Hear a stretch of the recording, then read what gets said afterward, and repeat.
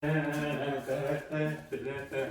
mi gente, welcome to another episode of the Jorge Emanuel Berrios Show. I'm your host, Jorge Emanuel Berrios. I want to give a special shout out to the class of 2020. I know that you're quarantined right now and you're not having a real graduation. But to my nieces, Karina and Michaela, I'm very proud of you. And I know that after all this is done, y'all gonna be able to actually go to college and not do it online. So essentially today's episode is about me growing up the son of a pastor, and I developed this character. His name is Pastor Mason Perez, and he is a southern pastor with Latino parents, so he throws in a little bit of Spanish but a lot of English. For those of you who have been saying, man, I really want to see your stuff, I just don't speak Spanish. So here it is. Enjoy.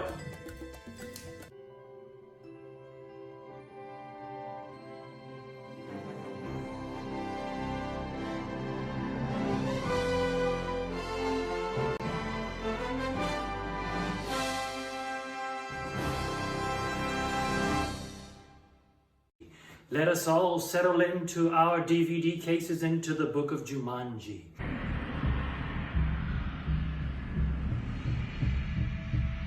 Little did we know that this story is about Carl Bentley. And in that moment, he said, I'm going to create a shoe. I will create a shoe for every man to wear on that NBA court. And at that moment, he grabbed little Alan Parrish and he said, Alan, I'm going to give you this shoe. And I want you to look at it because I have a meeting today with who? Your father. And now little Alan Parrish, he looked at this shoe, and this is a disheveled young man. This little boy did not know what he was looking at, so what did he do? He placed that shoe into an assembly line. And when he received the knowledge that that shoe ended up getting shredded, what did little Alan Parrish do? He left. He walked down those steps and acted like it did not happen. How many of us have given our future, our savings, our presents to people in their hands, and then they put it through an assembly line to be shredded? And now, when the boss, Alan Parrish's father, that's right, Alan Parrish's father, when he said, who did this? Who did this? Well, I did, sir. Let's think about that for a second. I did. He proclaimed with his mouth. I did. I did want a new job. I did want a new promotion. I did want to provide for my family. I did want to be able to go home and show my wife how successful I am. And instead, he said, I did, to the possibility, no, actually the fact of him being fired. And at that moment, Carl, the soul man Bentley, he looked at his wife and he said, it is not my responsibility. At the end of the day, God will take care of it. Because when God took care of Alan Parrish, that little boy, he took care of him by sending him into a jungle for 30 years. He manifested the fact that this young man who was afraid and who had struggles was now going to end up in a jungle to learn how to survive. But wait, let us not forget that Carl, the soul man Bentley, did not put his head down, did not look into the future and say, well, it is shot. Well, I ain't gonna make it. Well, there's nothing to me but this. Carl Bentley signed up for college. Carl Bentley went to the police academy. Carl Bentley ran those tracks. He shot those shots. He read those books. And that man studied. And guess what that man became? That man became an officer of the law. A man who his dreams were shredded were now put back together, but not in the shape of a shoe, but in the shape of a man who puts down the law.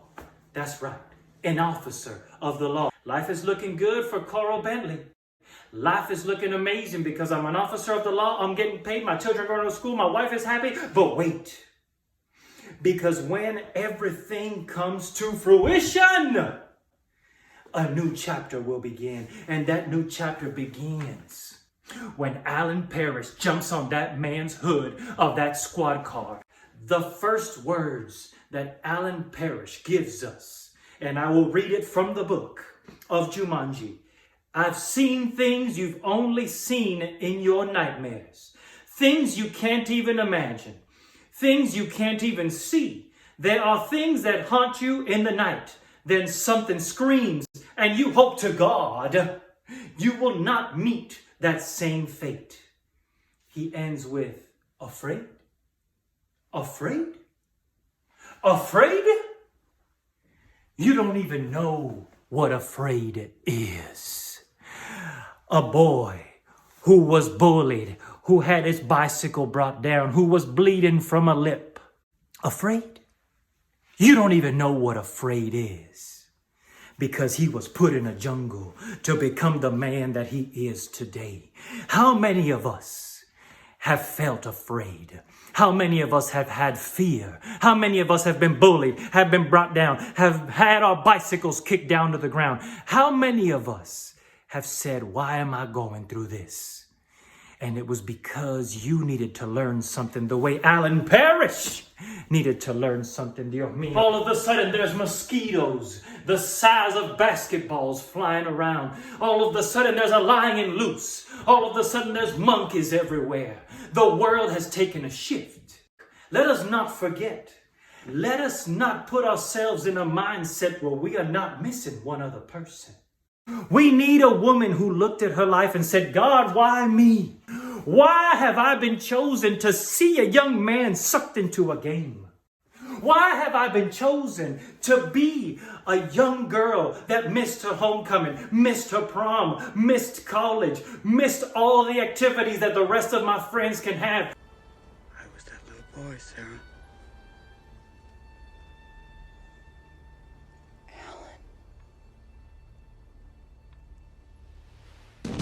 That little girl was Sarah Whittle.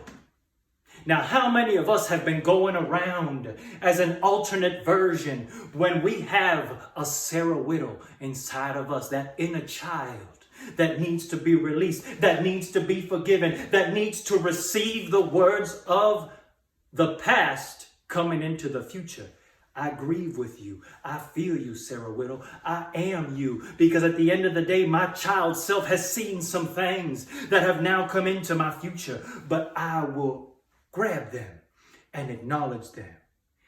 And I will slowly make a fist in my hand. And I will roll that dice.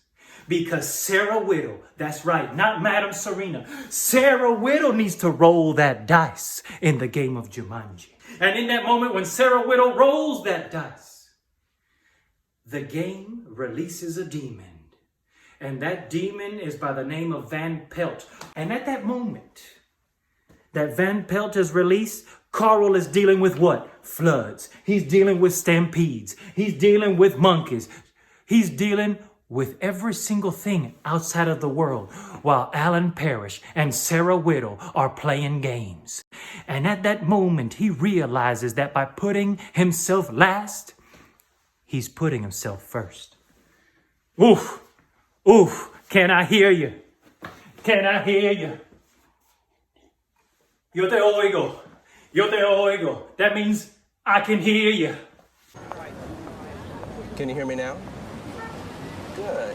And it is Alan Parrish to look at Van Pelt in the eyes. And he says, Aren't you afraid? I'm terrified.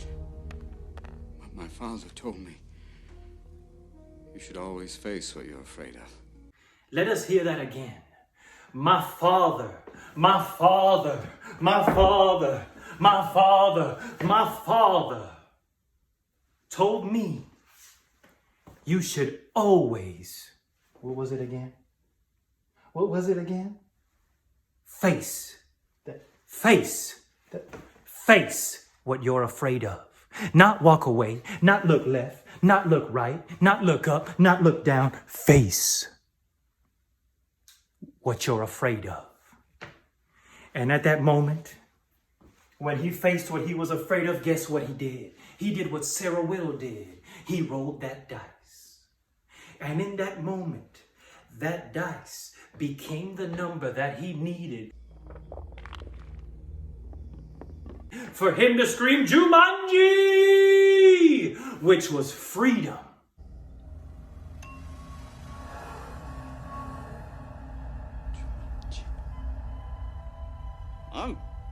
And in that moment, that demon was sucked into that game, back to where he came from, back to where he needed to go, because he could no longer test Alan Parrish.